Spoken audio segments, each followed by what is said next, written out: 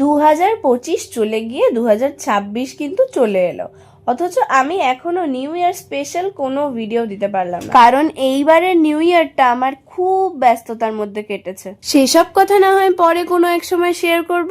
আজকে চলো তোমাদেরকে একটা দারুণ জিনিস দেখাই।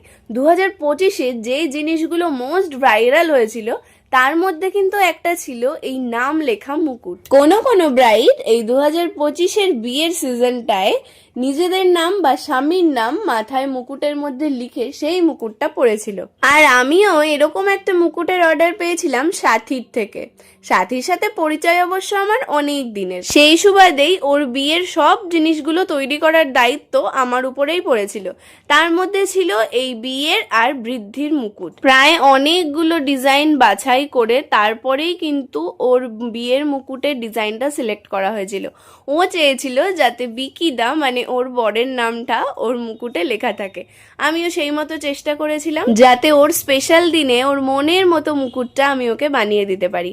তবে বৃদ্ধির যে মুকুটটা ছিল সেই মুকুটের ডিজাইন কিন্তু ও বলে দেয়নি, ওটা আমি নিজের মন থেকেই বানিয়েছিলাম। এবার তোমরা মুকুটগুলো দেখে কমেন্ট করে জানাও কেমন লাগলো।